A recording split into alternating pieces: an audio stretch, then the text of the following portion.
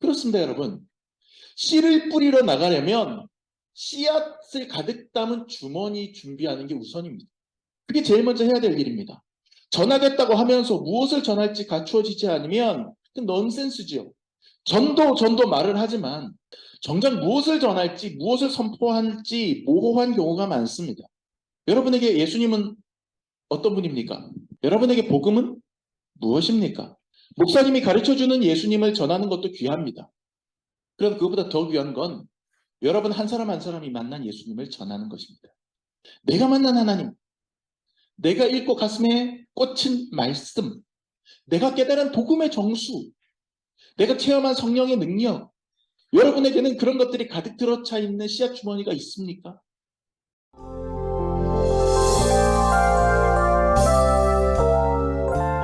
올해 우리 교회 표 혹시 기억하세요? 지난 당회 때 우리가 선포했었는데 뭐 볼 거 없습니다. 여러분 오늘 주보 맨 윗줄에 그 광고란 맨 윗줄에도 있고요. 오늘 설교 제목이 같은 거예요. 설교 제목 이렇게 보시고 한번 다 같이 한번 외쳐봅시다. 시작. 즐거운 전도, 행복한 공동체. 되게 촌스러운 교회표가 나왔어요. 되게 촌스러워요. 구닥다리 같아요. 근데 그냥 이렇게 정했습니다. 뭐 형태가 뭐가 중요하겠느냐, 내용이 중요하죠. 2023년도 우리 나무십자가교회는 좀 전도에 신경을 쓰는 교회로, 그런 공동체로 세워지기를 제가 바라고 기도하고 기대합니다. 개척하자마자 한 몇 달 뒤에 곧바로 코로나 터져가지고 계속해서 우리가 좀 위축된 상태로 눈치 보면서 지냈거든요. 이제 좀 전도의 페달을 밟고 부스터가 좀 이렇게 가동될 때가 되지 않았나 생각을 합니다. 2023년도는 제가 기도하는 바 N차 전도. 당회 때 제가 강조했던 N차 전도. 그게 뭔지 아시죠? 예. 저나 제 아내가 카페를 통해서 우리 문은진 집사님처럼 전도하고 하는 것 외에 교인이 교인을 전도하고 그 교인이 또 다른 교인을 전도하는 N차 전도가 이제 일어나는 그런 원년으로 2023년도를 제가 삼고 싶습니다. 그렇게 기도하고 싶습니다. 그러니까 여러분들이 그 역할을 해주셔야 되지 않겠는가 그런 생각을 하는 거죠. 그래서 오늘 2023년도 주제표와 주제 말씀을 가지고 교회력에서 벗어났어. 제가 항상 교회력 설교하는데 오늘은 교회력 본문에서 벗어나서 한 해의 주제를 가지고 여러분에게 말씀을 좀 전하고 싶습니다. 오늘 읽은 말씀 시편 126편 5절 6절 말씀 여러분 많이 들어보셨죠? 전도할 때 많이 쓰는 전도 본문이에요. 근데 사실 이 본문은요, 전도에 대한 본문이 아니에요. 사실은 오늘 본문의 배경은 바벨론 포로기에서 포로 생활 70년을 끝내고 이제 귀환하는 포로들의 이야기거든요. 그러니까 여기서 눈물을 흘리며 씨를 뿌리고 울며 씨를 뿌린다라고 하는 것은 우리가 나라 잃고 일제 강점기에 눈물 흘리면서도 나라의 독립을 위해서 투쟁하기를 멈추지 않았던 것처럼 그들도 바벨론 포로기 그 압제하에서도 하나님을 향한 믿음의 기도의 씨앗을 뿌리기를 멈추지 아니하고 실망과 절망 대신에 희망의 씨앗 뿌리기를 멈추지 아니했던 그런 그들의 치열하고 지난했던 투쟁의 역사를 얘기하는 거예요. 그게 울며 씨를 뿌리는 거고 그것이 열매가 맺어서 마침내 해방의 날을 맞이하면서 기쁨의 환희를 부르면서 고향 땅으로 돌아오는 그런 장면인 거죠. 그러니까 사실은 전도에 대한 본문은 아니라고 볼 수 있습니다. 근데 왜 이 본문이 전도 설교 본문으로 묘하게 잘 어울리는 것일까요? 전도 역시 그러하기 때문이에요.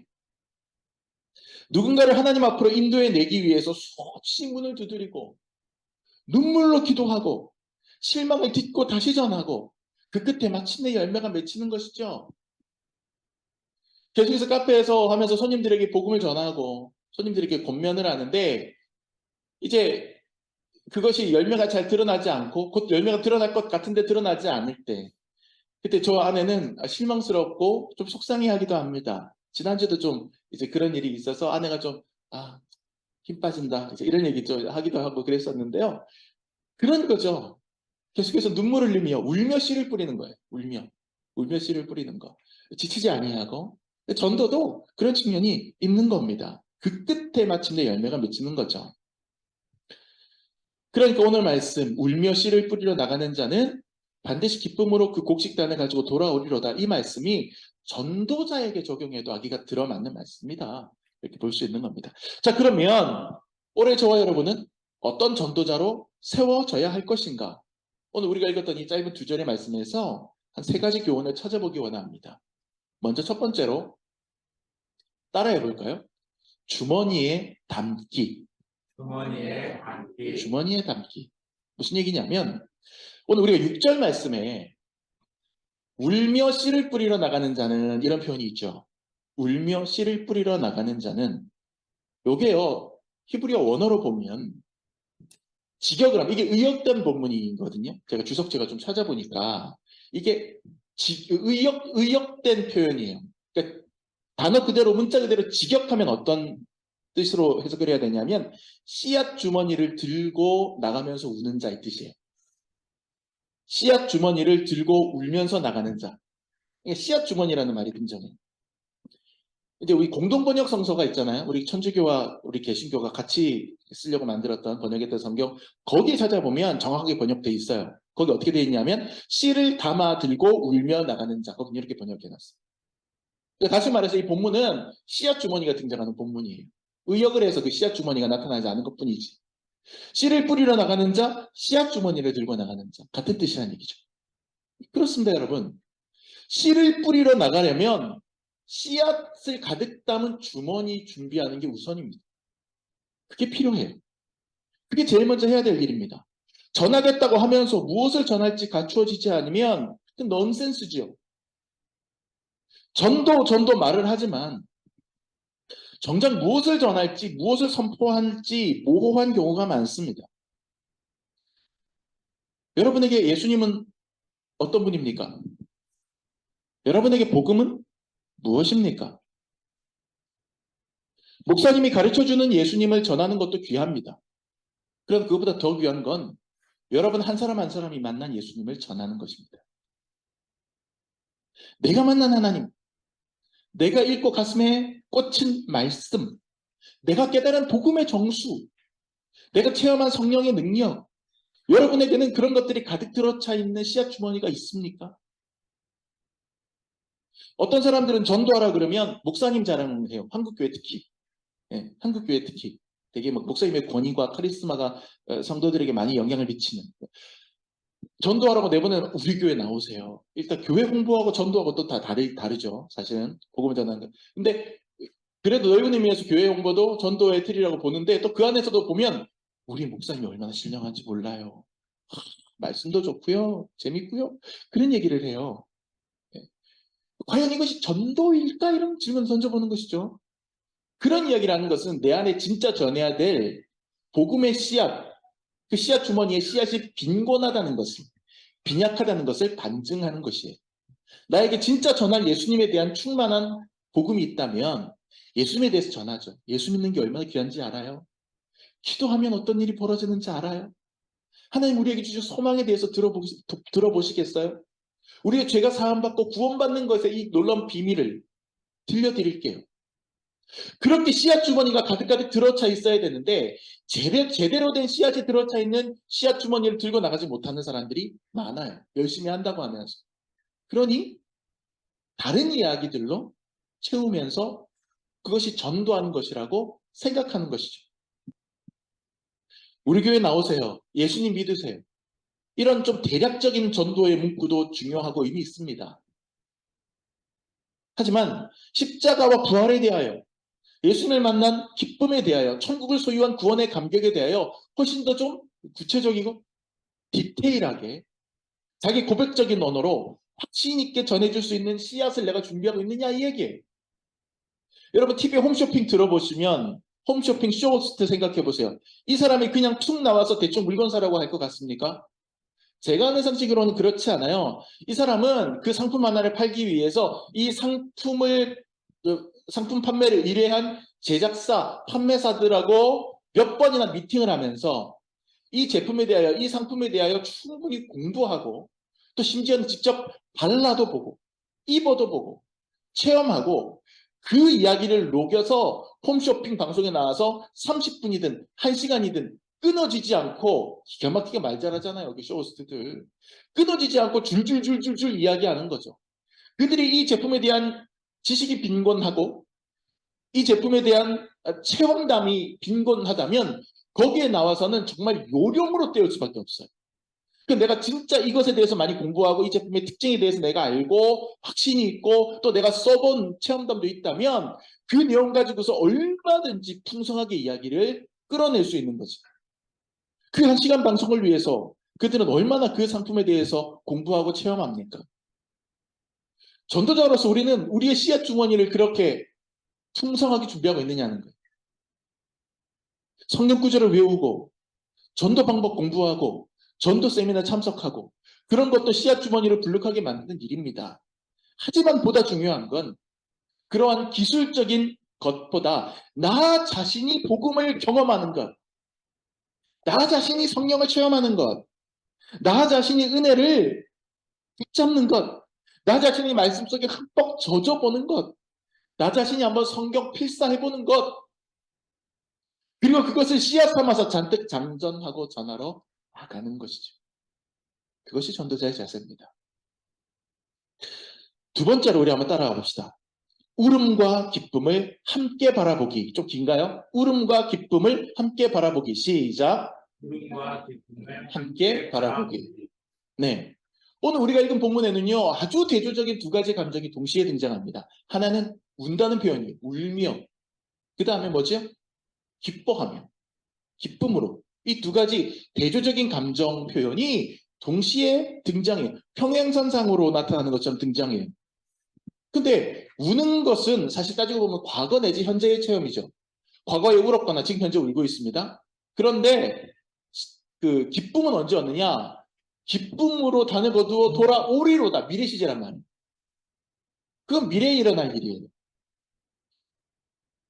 지금 이 과거 내지는 현재의 고난과 슬픔, 눈물, 울음 이것과 미래에 다가올 그런 기쁨 이 사이에 있는 괴리, 그 간극이 있어요. 여러분 솔직히 한번 따지고 생각해 봅시다. 아무리 나중에 기쁨이 온다고 말을 하고 그 말을 들어도 지금 당장에 눈물 지을 일밖에 내 앞에 없으면 이게 기쁨이 옵니까? 기쁨을 느낄 수 있습니까? 쉽지 않습니다. 예를 들어서요. 처음에 입대해가지고 훈련병 시절에 때 깨끗하게 하고 계속해서 나 좀 보복하고 막 고생하는 그 상황에서 누군가가 어깨를 탁 붙잡고 야 정말 기뻐해. 너 2년 뒤에 제대야.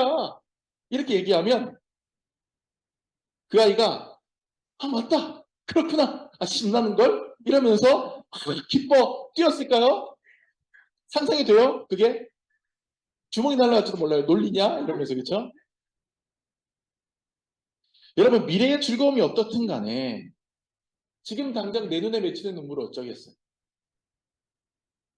그게 세상의 마음이고 세상의 시선입니다. 근데 정말 신기하게도 이게 가능해지는 지점이 있어요.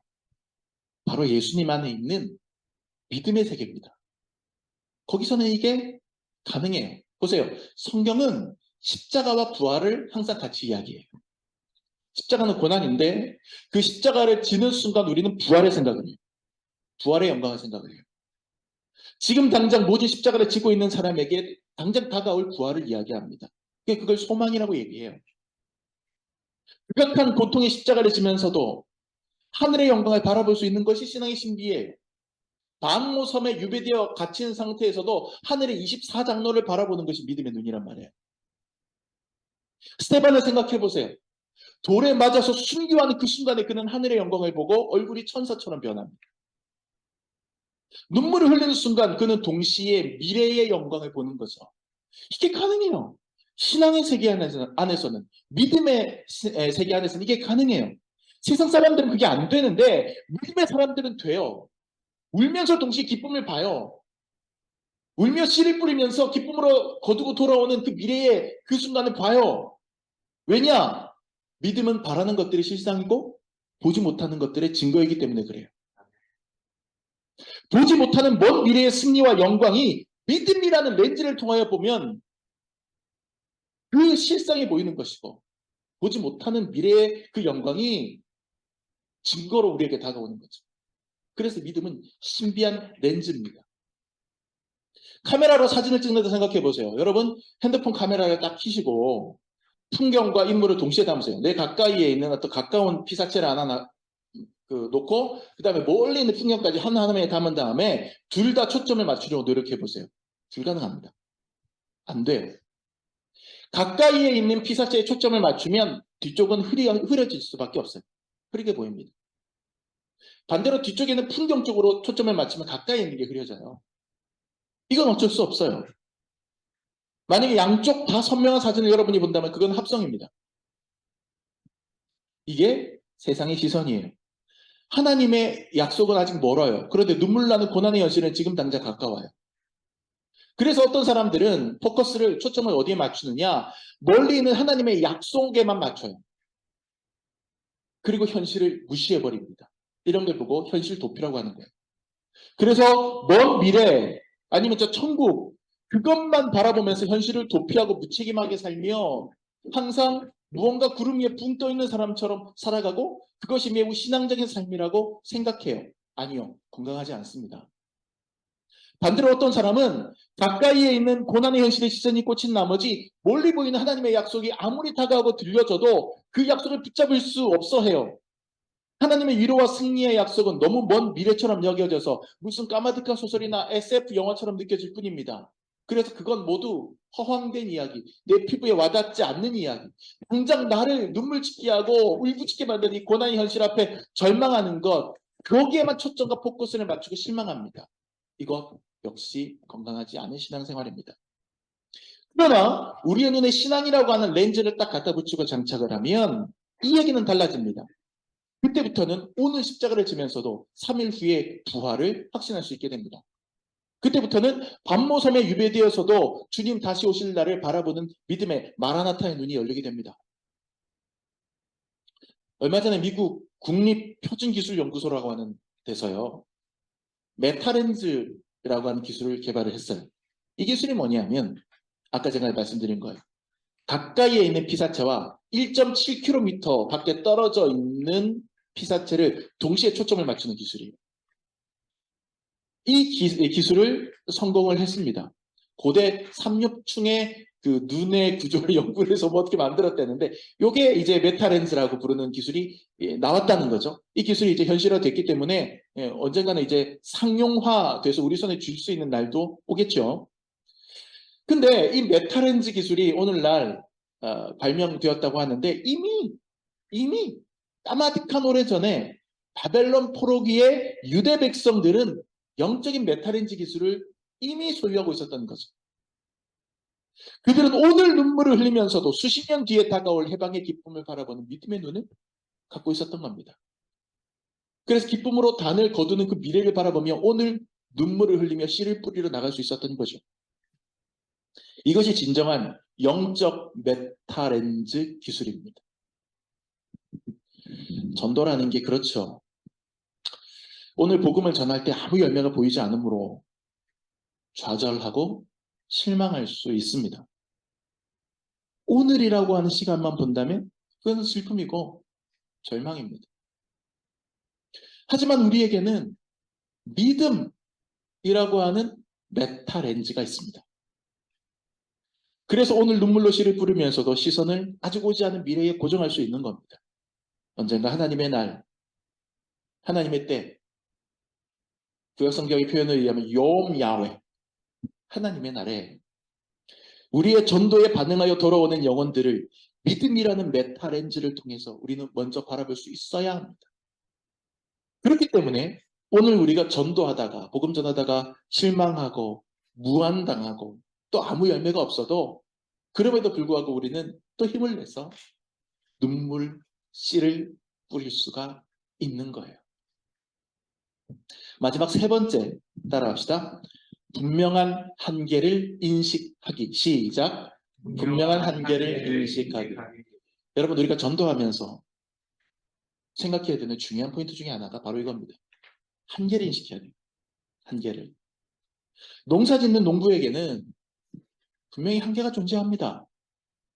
씨를 뿌리고 힘을 내고 거름을 주고 이런 모든 노력을 다 하죠. 그러니 무럭무럭 자라는 곡식들을 보면 내가 얘들을 자라게 하는 것처럼 느껴져요. 천만의 말씀, 만만의 콩떡입니다. 나는 그저 뿌리고 김매고 거름준 게 다예요. 하늘에서 비를 내리고 태양빛을 주고 그 생명체를 자라나게 하시는 분은 하나님이십니다. 농부의 노력이 헛되지 않게 해주시는 분은 그 주권은 하나님께 있습니다. 전도라는 것도 그렇습니다. 전도자가 복음을 전하고 예수님을 소개하더라도 결국 그 구원을 이루시고 완성하시는 분은 하나님입니다. 내가 복음을 전했다고, 내가 전도했다고, 내가 그 사람에 대한 소유권을 주장해서도 안 되고, 내가 거기에 대한 어떤 공로를 주장하며 내 스스로가 어깨가 높아지고 목이 곧아져서는 안 된다는 얘기예요. 우리는 마땅히 해야 될 일을 했을 뿐입니다. 실제로 그 일을 이루어서 영혼을 구원하시는 분은 농부인 우리가 아니라 주권자이신 하나님이세요. 그러므로 우리는 최선을 다해서 전도해야 되지만 전도하면서 나의 전도의 공로를 자랑하지 않는 것이 좋습니다. 그것은 자기의 영적인 건강을 위해서 그런 거예요. 마치 헌금을 많이 하고 구제를 많이 하고서도 그것 때문에 내가 영광받기를 바라지 않아야 하는 것과 같습니다. 최선을 다해서 전도하되 나는 그저 뿌렸을 뿐. 모든 영광과 공로는 하나님께 있다라고 고백하는 것. 그렇다고 해서 나의 그 수고와 그 섬김이 사라지는 거 아니에요. 공중에 흩어지는 거 아닙니다. 그거 다 하나님이 알고 계세요. 하나님이 다 기억해 주시고 계세요. 세상에서 영광받고 세상의 칭찬이 아니라 하나님 칭찬을 생각해야죠. 그러니 세상 사람들에게 나의 전도의 공로를 주장하고 평가받으려고 하지 말고 오직 하나님께만 평가받으려고 할 일입니다. 목사님, 그게 가능한가요? 그래도 인간인데 그게 될까요? 했던 사람이 있습니다. 그렇게. 누구냐면 사도 바울이에요. 고린도전서 3장 6절 7절 말씀 한번 찾아볼까요? 시작. 나는 심었고 아볼로는 물을 주었으되 오직 하나님께서 자라나게 하셨나니 그런즉 심는 이나 물 주는 이는 아무것도 아니로되 오직 자라게 하시는 이는 하나님뿐이니라. 아멘. 바울이 복음을 전해서 바울이 전도해서 고린도 교회가 세워졌어요. 그 다음에 아볼로라고 하는 언변이 뛰어나고 지식 수준이 높은 그러한 사역자가 그 고린도 교회에 나타나서 사람들을 가르치고 성경을 가르치고 교육했단 말이에요. 오늘날 뭐 제자 훈련했다고 보면 될까요? 옛날에는 이게 가능했던 게 초대교회 당시에는 지금처럼 정주 목회 개념이 아니에요. 한 목사가 그 교회에 머물면서 그 한 교회만 목회하는 게 아니라 사도들이 다니면서 이 교회를 세우고 권면하고 떠나고 그러면 거기에 자생적으로 예배하고 새로운 리더들이 생겨나고 이렇게 되는 것이죠. 그러면 또 순회하던 전도자들이 다시 여기에 또 다음에 또 들리게도 되고 이런 식으로 이제 교회가 되어지던 시절이란 말이죠. 그 당시에 뭐 바울이라든지 뭐 이런 그 여러 뭐 누가라든지 신라라든지 뭐 디모데라든지 이러한 사역자들이 그런 식으로 사역을 했을 텐데 그 중에 아볼로라는 사람이 있었어요. 이 아볼로는 시작성경에 곳곳에 종종 등장하는 사람입니다. 지식이 뛰어나고 언변이 뛰어났던 사람 같아요. 그 사람이 고린도 교회에서 사람들을 교육하고 가르쳤던 것 같습니다. 그러니 고린도 교회 안에서 자연히 처음에 우리에게 복음을 전해주었던 씨앗을 뿌렸던 바울을 따르는 바울파 라인, 바울 라인이 생기고 교육 제자훈련 해줬던 아볼로님을 따르는 아볼로 라인이 생기고 그러면서 이제 고린도 교회에서 분열이 생기는 거죠. 그 소식을 듣고 급하게 편지를 써보낸 게 고린도전서예요. 바울이 그러지 말아라. 나도 아무것도 아니고 아볼로도 아무것도 아니다. 나는 심었고 아볼로는 물 준 사람이다. 그러나 심는 이나 물 주는 이 아무것도 아니다. 오직 자라나게 하시는 하나님뿐이다. 그러니 그 누구도 나나 아볼로를 따르지 말고 하나님을 따르라 이 얘기. 그 선포입니다. 심는 이나 물 주는 이 아무것도 아니다. 자라나게 하시는 분 하나님이다. 그분만이 영광 받으시기 합당하시다. 이것이 전도자의 바람직한 자세입니다. 저도 하루에 골백 번이고 가슴에 새기는 것이 지금은 우리 나무십자교회가 이렇게 작으니까 그렇지 않은데 만약에 우리 교회가 조금 더 커지게 되면 이 교회를 절대로 담임 목사가 자신의 것으로 생각하거나 사유화하지 않아야 되겠다라고 하는 생각을 몇 번씩이나 사무치게 하는 거죠. 왜냐하면 내가 심었다고 해서 이것은 나의 것이 아니에요. 하나님의 것이에요. 자라나게 하시는 분은 하나님이시니 한국교회가 이것을 자꾸 놓치기 때문에 자꾸 큰 교회들이 문제가 생기는 것이거든요. 여러분, 아무리 우리가 눈물을 흘리며 전도의 씨를 뿌릴지라도 그것을 자라게 하시고 열매 맺게 하시는 분은 하나님의 영역입니다. 그렇다면 결국 언젠가 우리가 뿌린 씨로 말미암아 기쁨으로 단을 거두어 하나님 안고 돌아오게 되더라도 그 놀라운 기쁨의 단, 그 놀라운 전도의 열매는 나의 공로로 생각할 게 아니라 하나님의 선물로 생각해야 되는 거예요. 여기 앉아 계신 여러분 한 분 한 분은 저는 하나님이 우리 교회에 보내주신 선물이라고 생각을 합니다.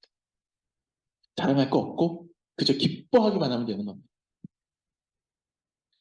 내가 들고 나간 건 그저 작은 씨앗 주머니였는데 그런데 그게 큰 단이 되어서 짊어지고 돌아오게 된다면 그걸 내 공로로 주장할 것입니까? 그 놀라운 기적, 작은 씨앗 주머니가 그런 단으로 변한 기적 내가 했다고 말하겠어요?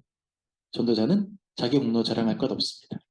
우리는 그저 심는 일 뿐이고 물 주는 일 뿐이며 자라나게 하시는 분은 하나님이십니다.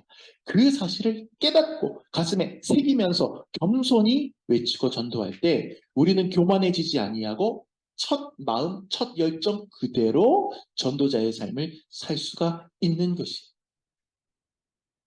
그것이 모든 전도자의 명심해야 될 자세이고 모든 개척자의 명심해야 될 자세라고 저는 생각합니다. 2023년 여러분이 어디에 있든지 전도자로 사시기를 축원합니다. 네. 바벨론 포로 시절에 유대 백성들 바벨론식으로 이름 바꾸고 우리로 치면 창시계 명하듯이 바벨론식으로 음식 먹어도 그럼에도 불구하고 우리는 유대인이다라고 하는 정체성을 잊지 않으려고 노력했습니다. 그렇기 때문에 해방의 날이 이르렀을 때 그들 그렇게 감격하고 기뻐하면서 고향 땅으로 돌아갈 수 있었던 거죠. 우리도 그들처럼 항상 기억하고 잊지 말아야 합니다. 우리가 하나님의 백성이라는 정체성, 복음의 빚진 자라는 정체성, 그리고 복음을 전해야 하는 전도자라는 정체성. 그걸 잊지 말아야 합니다. 그러므로 오늘, 아니 올해, 아니 우리의 매일매일 우리는 눈물로 씨를 뿌립시다. 정성껏 씨앗 주머니 불룩하게 두툼하게 준비해서 세상 사람들에게 씨앗을 뿌립시다. 비록 오늘은 눈물로 뿌릴지라도 내일은 기쁨으로 단을 거둘 것이니 그 믿음의 렌즈를 눈에 장착하고 자라나게 하시는 하나님의 도움 의지하여서 부지런히 뿌리고 또 뿌리는 전도자로 올 한해 제발 좀 세워주시기를 축복합니다. 울며 씨를 뿌리러 나가는 자는 반드시 기쁨으로 그 곡식단을 가지고 돌아오리로다. 기도하겠습니다.